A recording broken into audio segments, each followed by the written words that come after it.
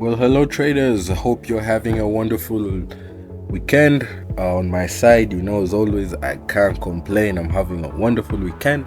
So let's start with this week's weekly analysis. So we had a historic week this week where we get to see the Fed cut interest rates by 50 basis points, just like I talked about in my last video. Though the consensus of people around the world was 25%, but for me I was 50% basis points, and that's exactly what happened.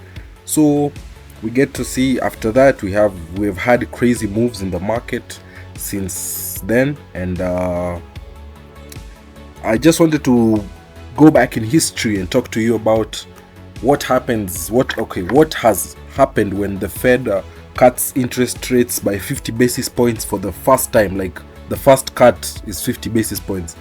Let's look at 2001, January 3rd. We get to see they did the same thing, cut interest rates by 50 basis points on the first cut, and we get to see the S&P 500 fell 39%. For the next like 448 days to be specific, we get to see unemployment rose to another 2.1%, and we got to see we had a recession. 2007, September 18th, we get to see S&P 500 fell for 54%. For the next 372 days, unemployment rose to 5.3%, and again we had a recession. So quick forward to September 18th, which was this past week, 2024, the same 50% basis point cut on the first cut. So what to expect, I leave that unto you, and let's see. But history has taught us that there's a trend there, okay? Other than that, I'll want to talk about also, the importance of this week also, because if we all know, every once per quarter, the Fed gives us the summary of economic projection. So this includes the forecast of where every Fed member sees the economy and inflation by the end of the year and the next year, which will be 2025. So first, the Fed sees PCE inflation going down 2.3% by end of this 2024, and in 2025 they see it at 2.1%. And currently today's PCE is at 2.5%. So by the end of the year they're projecting 2.3 and then 2.1 next year. Same for jobs and growth, same for core PCE. Core PCE is different from PCE because the core PCE excludes food and energy. So these figures, you can research about them, but they're just obtained by the vote of the 19 Fed members. Then they take the median in the middle as overall projection. Okay, so let's get to see the portfolio. So the portfolio has rose tremendously. I was just looking at ARK, the venture fund. Yeah, that lady's 70% down on her ETF since 2021. That's crazy. But necessarily for you to be a good trader, don't feel like you have to get a degree in something, a PhD in something. You just have to perfect. You just have to have a passion for it, okay? It's not about the money, it's just the passion for it, to learn something new every day, because every day you learn something new. Over the 8-9 years I've been trading, I learn something new every day, okay? So this is the portfolio for me. I've been holding swing trades since at least June on some of these pairs, because you can get to see June on Eurusd, some on and all these trades I've given out to you guys, because you get to see like on gold. Look at my YouTube posts 1 month ago. I'll overlay it there on the screen. You get to see I called out a buy exactly at 23. It was at 23.84 if I'm not wrong, right? And from there, that day I called that and I posted that thing early that morning. It was like at 1 a.m. in the morning. I had not slept since I posted that. I kept that post, I took the trades, went to sleep. Price never went to that area again since then. So that's why on gold we have very good profits. On Bitcoin we're running well, though added some buys. For Bitcoin, I think it gets messed up here on the opening price on the Xness platform when you open both buys and sells, because remember I'm holding sells, and this week I'm going to dive into that, because the last analysis which I gave 2 weeks ago messed up a bit, but I'll explain why. So today I'll analyze Bitcoin, Eurusd, Great British Pound USD, and gold as usual, and DXY, and some other small pairs for you guys. Otherwise, the portfolio is doing great. We have reached an all-time target, and I have very great plans for you guys with this. And also this week, the tuition sessions for people who wanted to learn for free, or the paid one, yeah, we are starting this week. Remember, the paid, it's not for the course. The course is the same. Like I promised in a video I posted months ago on my channel, I'll never sell a course, and I'll never sell any course to anyone. For the people who pay, actually they pay for my time, because I'm working throughout the week, and you know, they're like, bro, instead of doing once a week, can I pay you something? We do the whole week. And I do that. And the great thing about that is, because let's say they pay $1,000, I invest that $1,000 here. And so what we do is, with my students, though I don't advertise anything, it's you to contact me. I never contact anyone, okay? I won't contact you asking you, do you want classes? No, it's you to contact me if you have a need. That's why I registered the Gmail, and the website is being worked on, so don't worry, it's going to be a very good thing. I'm actually looking into, I don't like telling my plans, you'll just see, but they're very great thing. So what happens is, the people who pay for my time, they pay like $1,000, $500, depends on how much they want to learn, or you know, but the course is the same, whether you're doing the free teachings which are once a week or the daily, the cost is the same, because I don't sell a course. So what happens, we invest that money here, and then at the end of the session, which lasts up to 6 to 8 months after I've taught people, what happens is, they invested $1,000. Any profit we've generated from that $1,000, they get it back, only the profit. Because I have this thing of, I don't like seeing someone get out of here with knowledge and has no capital to trade. So what happens is, you trade with me, you get to see how I grow every week. If you want to watch the YouTube, or personally on the Zoom calls and everything, you get to see we trade together and we make very good profits. End of the day, what happens, the profit goes back at the end of the 6 to 8 months. Once we have finished our mentorship, you get back the profits. Now you have capital to trade. Then I remain with the original money which you deposited. So that's like to compensate for my teachings and all that. But yeah, I was just letting you know, guys, if anyone else would be interested. But the people who are there, they're enjoying. I have not had any complaints from anyone, and I'm sure some of them will attest to the video, because the comment sections for me, I leave them open. I let anyone express themselves. Okay, so let's go into this week's weekly analysis. So let's start with Forex Factory. So I've already given out a summary of last week. So this week, what we have JPY, Monday, bank holiday. You know, Mondays not my days, I don't trade, but we have flash PMI, which I'll be looking at. Actually, this week I think we have 3-4 key events on the dollar which I'll be looking at. So we have this flash PMI, I'll be looking at that on Monday. So Monday afternoon during New York session, trust me, I'll be there. Tuesday, just a normal day, except we have the CB conference. But yeah, nothing really important there for me. We can go to Wednesday. Wednesday is just a calm day, nothing much. Very good day maybe, but maybe Thursday we have the Fed chair Powell speaking. So yeah, expect some bit of some volatility. And then on Friday, let's see how we end the week. We end the week with core PCE. So that's what I was talking about, just explained it a few minutes ago. So let's start with DXY. So DXY has been running well, so let's see where we start. We last ended our analysis last week. So last week, this is on the daily time frame. Obviously we start with the higher time frame. I told you guys the only thing I was looking for, this was last week when I was giving my analysis, I told you markets will fill this gap over here. Once filled this gap, markets will go and sell, and exactly that's what happened. So another straight up very good analysis done. So markets tapped into that area on this day, on Thursday.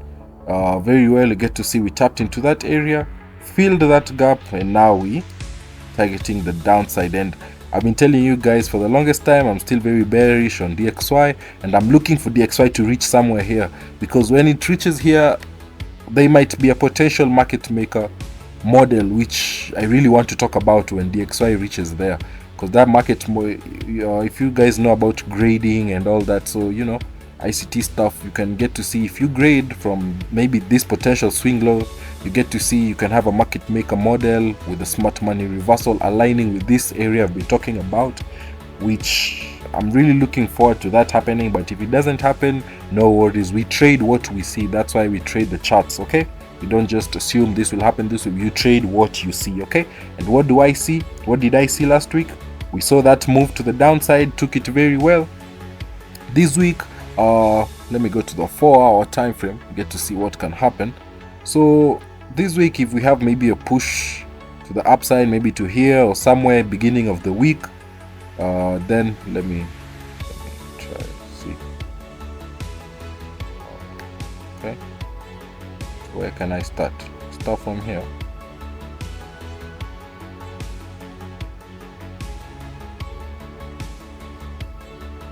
We had obviously this gap here, but it was filled with that, so that's good. So yeah, if markets decide to move here and then sell, but I don't mind whatever do, as long as whatever it does here, my drawn liquidity for this week will be this area and this area. Though I'll enter this week cautiously, because you know, we're coming to the end of the month, and as you know, end of the month is profit taking week for institutions. That's why sometimes, and that last week of the month, you get to see markets moving relatively slowly, because it's profit taking week for people. For me, you know, I just manage my risks and take partials and manage my risk very well. So the XY, my drawn liquidity will be this potential lows, this one and this one. So that's what I'll be looking for. But enter this week with caution, because we also have red folder news events, and beginning of the week, markets I think will still be moving based on last week's, you know, reaction off of the interest rate cuts. So just be cautious this week, but that's what I'll be looking at. So this week I'll be very cautious. So one thing we can go to, let's start with Bitcoin. I hate starting with Bitcoin because last time it messed us up, but let me explain it for you guys, okay, what I saw. So as I told you guys, I took a buy from 57,000, okay? So you know, obviously I have sales running from here, which I've been holding since at least July. So I've been protecting those sales because I still believe long term DXY Bitcoin is going to sell. So we get to see, obviously I talked about that, and if I was to continue the order flow, get to see we've reacted well out of this place, from that place. So that last time I gave my analysis almost 2 weeks ago, you get to see this low held price, so like a M, and get to see I was targeting to sell, but that week we had Donald Trump and Kamala Harris going for a debate, and it was on ABC News if I'm not wrong, and we know Donald Trump is pro crypto, so yeah, a lot of crypto enthusiasts, you know, were buying crazy before the debate, and technically that's what happened, and we got to see this huge move to the upside though. And the good thing is you don't take a trade there. Someone was making fun of it in the comment section of that video. I was like, bro, that's the only analysis I've gotten wrong in the whole video. Like, you know, no one is 100% good, everyone makes a mistake. I'm 90% profitable. I'm 90%, more than 90 actually, and I call out trades here for you guys, and you get to see they like whatever I say tends to happen almost all the time. So yeah, so I was expecting maybe a continuation sell, but we had this bullish move, but we retested very well, and I bought at 57,000 there, and I've been holding ever since. But I was looking at this area. So if I am to go down, let's say to the 1 hour time frame, today I was just looking at it just a few moments ago. I was looking at it, and the reason I'm still holding my sell trades is because of this here. But I think I was looking at it on the 15-minute time frame, because there was this low and there was this very good area, and currently, like in the past hour, we get to see markets have retested that area very well, which is very good. so stop loss is just above there. Though I'm not taking the trade, I'm managing my sells. So let's say if markets were to come again and close above this high, trust me, I'll be out of my sell trades. But for now, I'm still gonna be in my trades. I'm sure maybe if potentially maybe the draw on liquidity will be this fast low, but long term I just want to be short on Bitcoin, on crypto, because let's go to the daily time frame. I talked about it 2 weeks ago. You get to see that on the standard deviation we are the -2 and -2.5 area, and for me that's why you get to see we retrace that, the retracement area, right? And you get to see we have respected that area so many times. So if Bitcoin can come lower, why not? And also, you know, fundamentally I've had BlackRock having interest in crypto. I think I saw an article on $35 trillion. I think it was backup just in case the dollar fails. So yeah, it will make sense if they buy from somewhere like 38,000, though that's long term. But don't focus on crypto, let's focus on currencies. So let's go on Eurusd. Let me go to my other chart, the one I look at majority of the time, because this one is now filled, as I always say. So forex.com, let me go to that chart.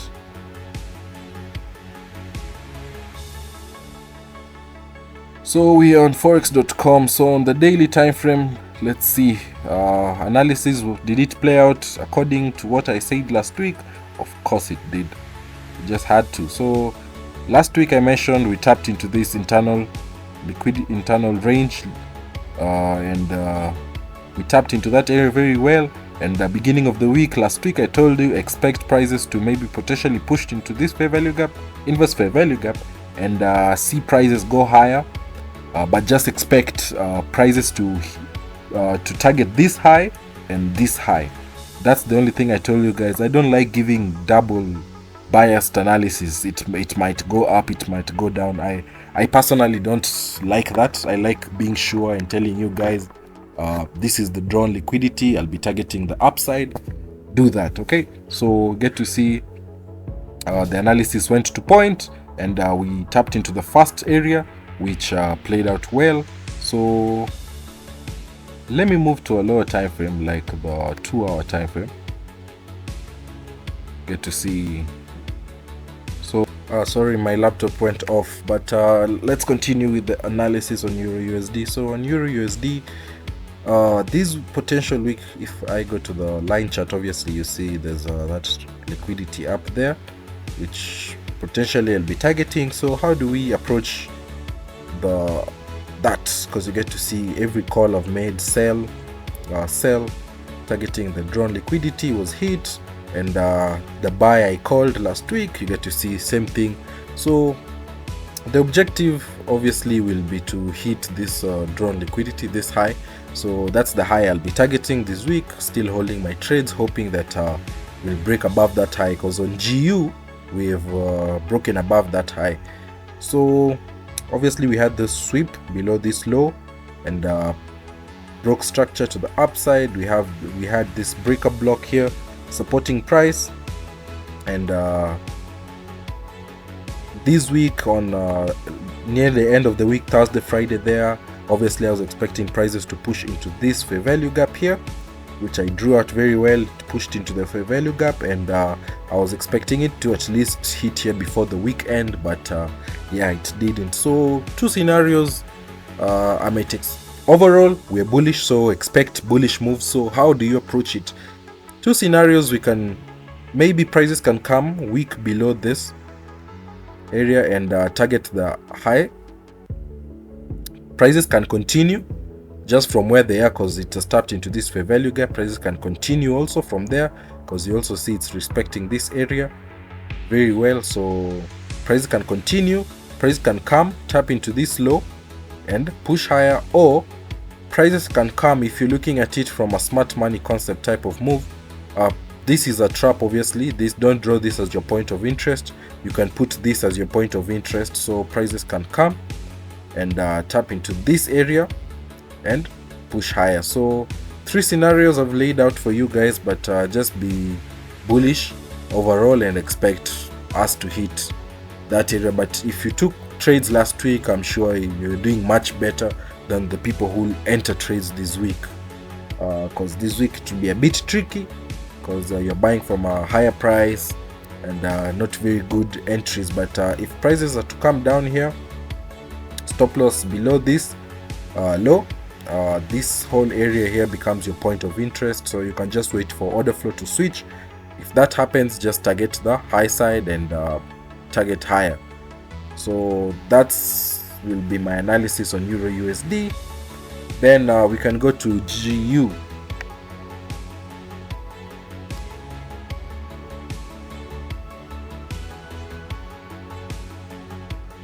So also on GU, obviously I'm going to use forex.com. So on GU, gave my analysis last week.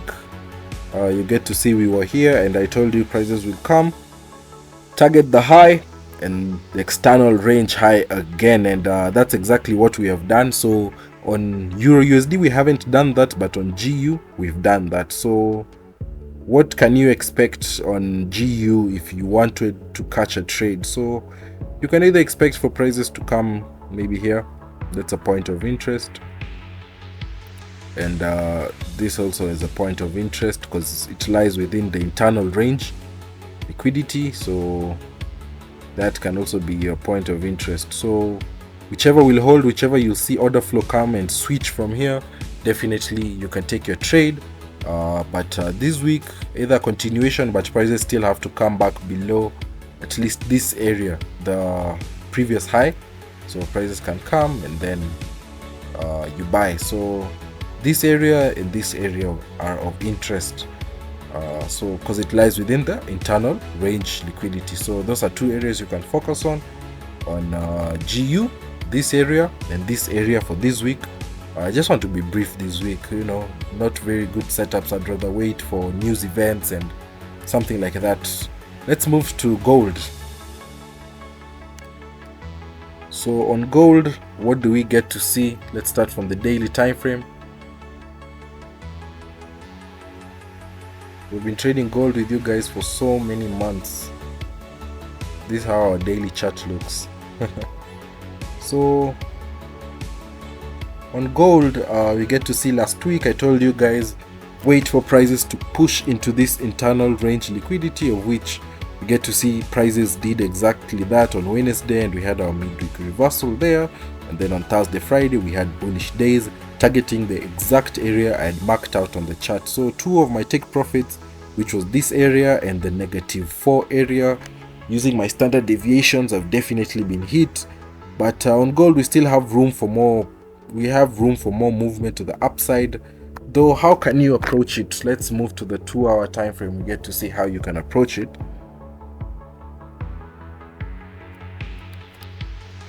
So if I look at gold from the 2-hour time frame, we get to see prices definitely swept below this low. I'm sure if I go to like the 4-hour, that's exactly, that's like a sweep below this low. So we swept about below that low and we broke structure. So what can you expect? You can either expect prices to come back to either this internal range or this is another block, so prices can also come there,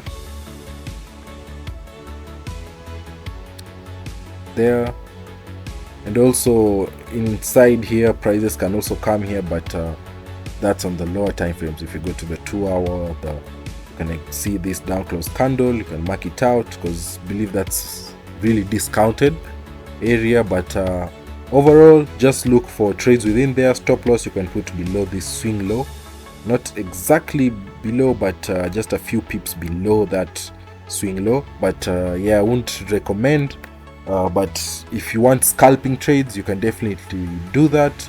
And then you can target the 2660 area, 2660, exactly 2660 area there. This whole area, you can target that area. Okay, but I feel gold is too high right now. But yeah, if we trade with the trend, we trade what we see.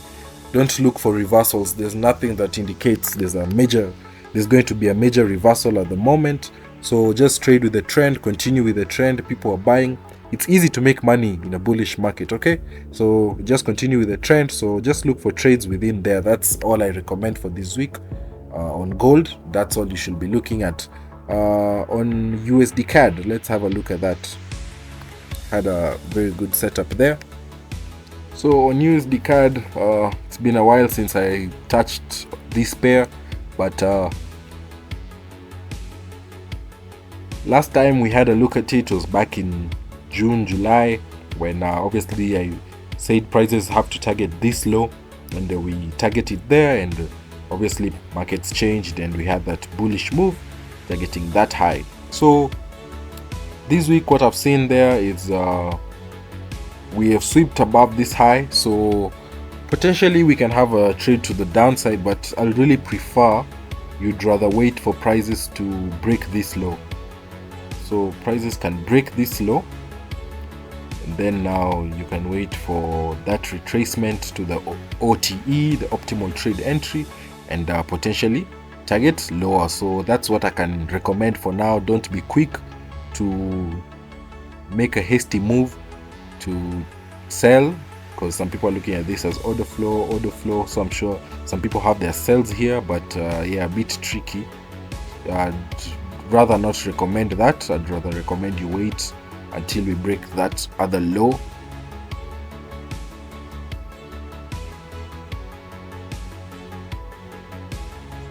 On USD CHF, I'm still holding my trades. Obviously I told you my first take profit will be this one, the second will be this extreme area, so targeted there, very good, but prices have been respecting it, bouncing about, but yeah, I'll still hold, potentially wanting to target there, but I'll be looking also at the lower time frames and everything to make sure that markets don't reverse on me, that this becomes accumulation. But yeah, if USD is going to go down, yeah, I'll still hold that one. Let's go to NSD USD.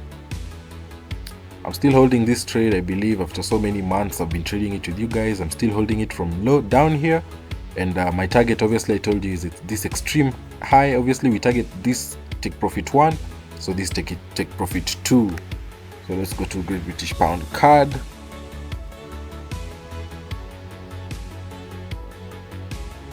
I've only had like 2 trades on this pair in the last 2 years. Gave you this one, told you broke that trade down for you guys. Then I came to this one, and obviously you get to see it's doing amazing because we bought from here.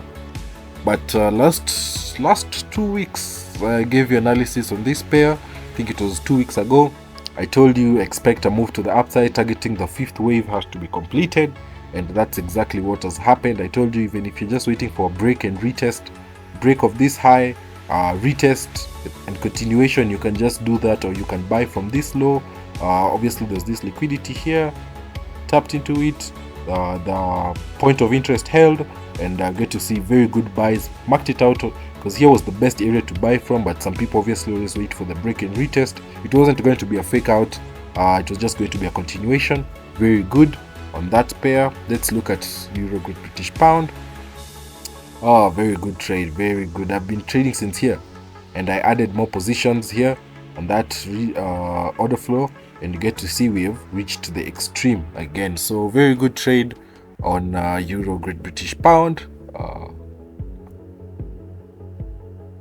If you've been taking these trades with me, I really commend you on that, because this is on the daily. So imagine all that move, we have collected all those pips. And finally on Audi JPY, you get to see very good. I'm still holding my shots from here. Imagine that was my risk to reward. Obviously again I took some buys, and I gave you this trade even before it happened.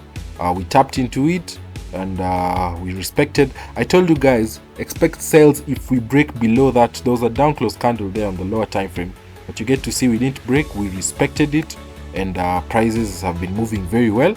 So yeah, we'll just see what will happen to Audi JPY, but I'm on both sides of the trade. I'll overlay it also on the side of the screen for people who want to see.